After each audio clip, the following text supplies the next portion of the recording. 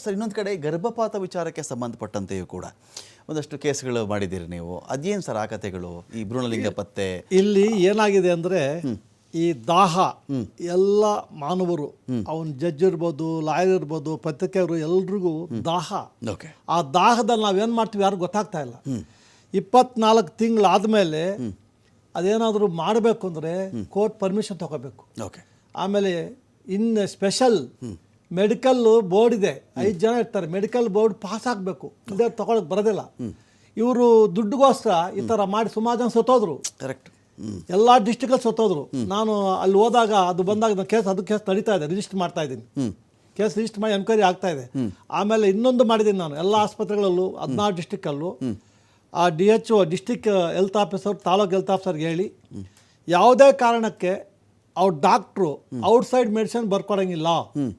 ಏನೇ ಮೆಡಿಸಿನ್ ಬೇಕಾದರೂ it is duty of the government hospital to provide medicine to the patients. ಅವ್ರು ಆಚೆ ಬರ್ಕೊಳ್ಳೋಕೆ ಅವಕಾಶ ಇಲ್ಲ.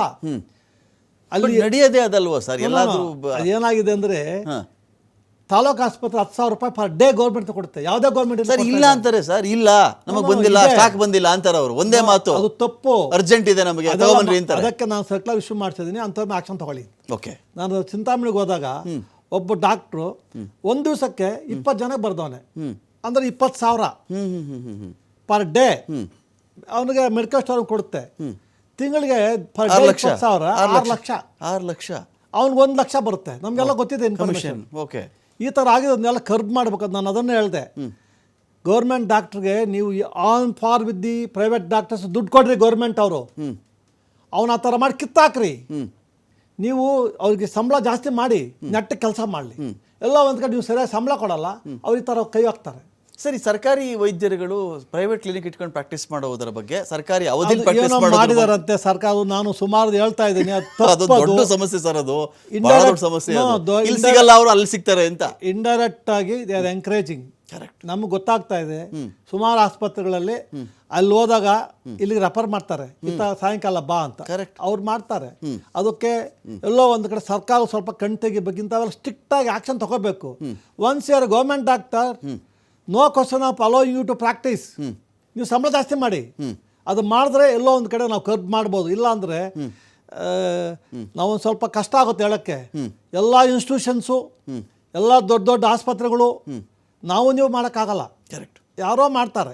ಅದಕ್ಕೆ ಎಂಕರೇಜ್ಮೆಂಟ್, ಇಂಡೈರೆಕ್ಟಾಗಿ ಎಂಕರೇಜ್ಮೆಂಟ್. ಸರ್, ಮಂಡ್ಯ ಕೇಸ್ ಅಂತ ಹೇಳಬೇಕು ಸರ್. ನಾನು ಮಂಡ್ಯದಲ್ಲಿ ಇದೇ ಮೈನಿಂಗ್ ವಿಚಾರಕ್ಕೆ ಸಂಬಂಧಪಟ್ಟಂತೆ ಆ ಮಂಡ್ಯದು ನನ್ಗೆ ಹೇಳ್ಬಿಡ್ತೀನಿ. ಮಂಡ್ಯ ಮಿಮ್ಸ್ ಅಲ್ಲಿ ನನಗೆ ಇನ್ಫಾರ್ಮೇಶನ್ ಗೊತ್ತು, ಎಕ್ಸ್ಪೈರಿ ಡ್ರಗ್ಸ್ ಇದೆ ಸರ್ ಅಂತ. ಓಕೆ, ನಾನು ವಾರಂಟ್ ಇಶ್ಯೂ ಮಾಡಿ ರೈಡ್ ಮಾಡಿಸಿದೆ. 83,000 83 ಲ್ಯಾಕ್ಸ್ 83 ಲ್ಯಾಕ್ಸ್ ಡ್ರಗ್ಸ್ ಸಿಕ್ತು ನಮಗೆ. ಅದರಲ್ಲಿ 2,000 ಕೋವಿಶೀಲ್ಡರ್, ಒಂದು 2,000 ಜನ ಉಳಿಸ್ಬೋದಾಗಿತ್ತು. ಎಕ್ಸ್ಪೈರ್ ಆಗೋಗಿತ್ತು. ಎಕ್ಸ್ಪೈರ್ ಆಗ್ಬಿಟ್ಟಿದೆ. ಯಾರನ್ನ ಕೊಟ್ಟಿದ್ದಾರೋ ಜನಕ್ಕೆ ಅನುಕೂಲ ಆಗ್ತಿತ್ತು. ಒಂದು 2,000 ಜನ ಬರ್ತಾ ಇದ್ರು COVID-19 ಎಲ್ಲೋ ಒಂದು ಕಡೆ. ನಮ್ದು ಈ ಥರ ಅದಕ್ಕೆ ಅದು ಕೇಸ್ ನಡೀತಾ ಇದೆ, ನಮ್ಮ ಮುಂದೆ ನಡೀತಾ ಇದೆ. ಓಕೆ ಸರ್, ಅಂದರೆ ಇಂಥ ವಿಚಾರಗಳಲ್ಲಿ ಸೀನಿಯರ್ ಅಫಿಷಿಯಲ್ಸೇ ಇನ್ವಾಲ್ವ್ ಆಗಿರ್ತಾರಲ್ಲ ಸರ್, ಮೈನಿಂಗ್ ಕೇಸ್ ಆಗಲಿ ಬೇರೆ ಕೇಸ್ ಆಗಲಿ, ಏನು ಕ್ರಮಗಳು ಸರ್ ನಿಮ್ದೇನು ಕ್ರಮಗಳು? ಇದು ಅಪ್ ಟು ಡೆಪ್ಟಿ ಕಮಿಷನರ್ ನಮಗೆ ಪವರ್ ಬರುತ್ತೆ. ಡೆಪ್ಟಿ ಕಮಿಷನರ್ ಮೇಲೆ ಲೋಕಾಯುಕ್ತ ಬರುತ್ತೆ. ಅವರು ಕೇಸ್ ರಿಜಿಸ್ಟರ್ ಮಾಡಿದ್ರೆ ನಡೀತಾ ಇದೆ. ಇದು ಏನಾಗುತ್ತೆ ಅಂತ ಪ್ರೊಸೀಜರ್ ಇದೆ ನಮ್ಮಲ್ಲಿ. ನೋಟಿಸ್ ಕೊಡಬೇಕು, ಅವ್ರಿಗೆ ಅಬ್ಜೆಕ್ಷನ್ ಹಾಕಬೇಕು, ಮತ್ತೆ ಎನ್ಕ್ವೈರಿ ಆಗಬೇಕು, ಮತ್ತೆ ನಾವು 12th ರಿಪೋರ್ಟ್ ಕಳಿಸಿದ ಮೇಲೆ ಮತ್ತೆ ಎನ್ಕ್ವೈರಿ ಬರಬೇಕು. ಸುಮಾರು ಜನ ಕಂಪ್ಲೇಂಟ್ಸು ಎನ್ಕ್ವೈರಿಯಲ್ಲಿ ಸಪೋರ್ಟ್ ಮಾಡಲ್ಲ. ಅಲ್ಲಿ ಬಂದು ಇವನ್ ಟ್ರ್ಯಾಪ್ ಕೇಸಲ್ಲೂ ತಪ್ಪಿಸ್ಕೊಂಡ್ಬಿಡ್ತಾರೆ. ಓಕೆ, ನನಗೆ ಅವ್ರು ಹೇಳ್ಕೊಟ್ರು, ನಾವು ಹೇಳ್ತೇವೆ ತಪ್ಪಿಸ್ಕೊಂಡ್ಬಿಡ್ತಾರೆ. ಇವ್ರು ಬುಕ್ ಮಾಡಿಬಿಡ್ತಾರೆ ಅವ್ರನ್ನ. ಅದಕ್ಕೆ ಫಸ್ಟು ಇದೆಲ್ಲ ಸರಿ ಆಗಬೇಕು ಅಂದರೆ, ಕರಪ್ಷನ್ ಕಮ್ಮಿ ಮಾಡಬೇಕು ಅಂದರೆ ಯುವ ಜನತೆ ಎಚ್ಚೆತ್ಕೋಬೇಕು. ಹೆಂಗೆ ಅಂದರೆ, ಮೊನ್ನೆ ನಮ್ಮ ಕ್ರಿಕೆಟ್ಗೆ ಹೊಡೆದಾಡಿ 21 ಜನ 16 ಜನ ಸತ್ತೋದ್ರು. 11 ಜನ ಕಾಲ್ ತುಳಿದು 11 ಜನ ಸತ್ತೋದ್ರು. ಆ ಕ್ರಿಕೆಟ್ ಅಷ್ಟು ಹುಚ್ಚಿದೆ ನಿಮಗೆ. ಈ ಭ್ರಷ್ಟಾಚಾರ ತೋರಿಸ್ಬೇಕು, ಹುಚ್ಚಿಟ್ಕೊಳ್ರಿ ಯಂಗ್ಸ್ಟರ್ಸ್. ನೀವು ಕ್ರಿಕೆಟ್ ಮಾಡಿ ನೋಡಿ, ತಪ್ಪಿಲ್ಲ. ಈ ಕ್ರಿಕೆಟ್ ಮೇಲೆ ಏನು ಹುಚ್ಚಿದೆಯೋ, ಈ ಭ್ರಷ್ಟಾಚಾರ ತೊಲಗಿಸ್ಬೇಕು ಅಂತ ಯುವ ಜನ ಹೇಳ್ಬೇಕು. ಇಲ್ಲದೇ ಅದ್ರ ಆಗೋದಿಲ್ಲ. ಮುಂದೆ ಕಷ್ಟ ಆಗುತ್ತೆ. ಎಲ್ಲೋ ಒಂದು ಕಡೆ ಹೆಜ್ಜೆಗೂ ಈ ಭ್ರಷ್ಟಾಚಾರಕ್ಕೆ 79 ವರ್ಷ ನನ್ನ ಪ್ರಕಾರ ನಮ್ಮ ಜೊತೆ ಬಂದುಬಿಟ್ಟಿದೆ. ಕರೆಕ್ಟ್, ಬ್ರಿಟಿಷ್ ಬಿಟ್ಟೋದು ಸ್ವಲ್ಪ, ಅದು ಇವಾಗ ಬೆಳೆದು ಎಮ್ಮರವಾಗಿದೆ. ಅದು ತೆಗಿಬೇಕು ಅಂದರೆ ಯುವ ಜನತೆ ಎಚ್ಚೆತ್ಕೋಬೇಕು.